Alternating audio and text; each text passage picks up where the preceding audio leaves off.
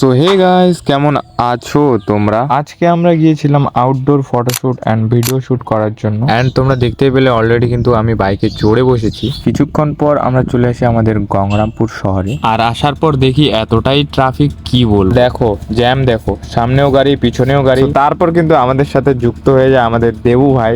আর আমরা এখন যাচ্ছি ইডেন রেস্টুরেন্টে। এন্ড দেখতেই পাচ্ছ এটা কিন্তু আমাদের গঙ্গারামপুর স্পেশালিটি হসপিটাল। ফাইনালি কিন্তু চলে আসি আমরা ইডেনে।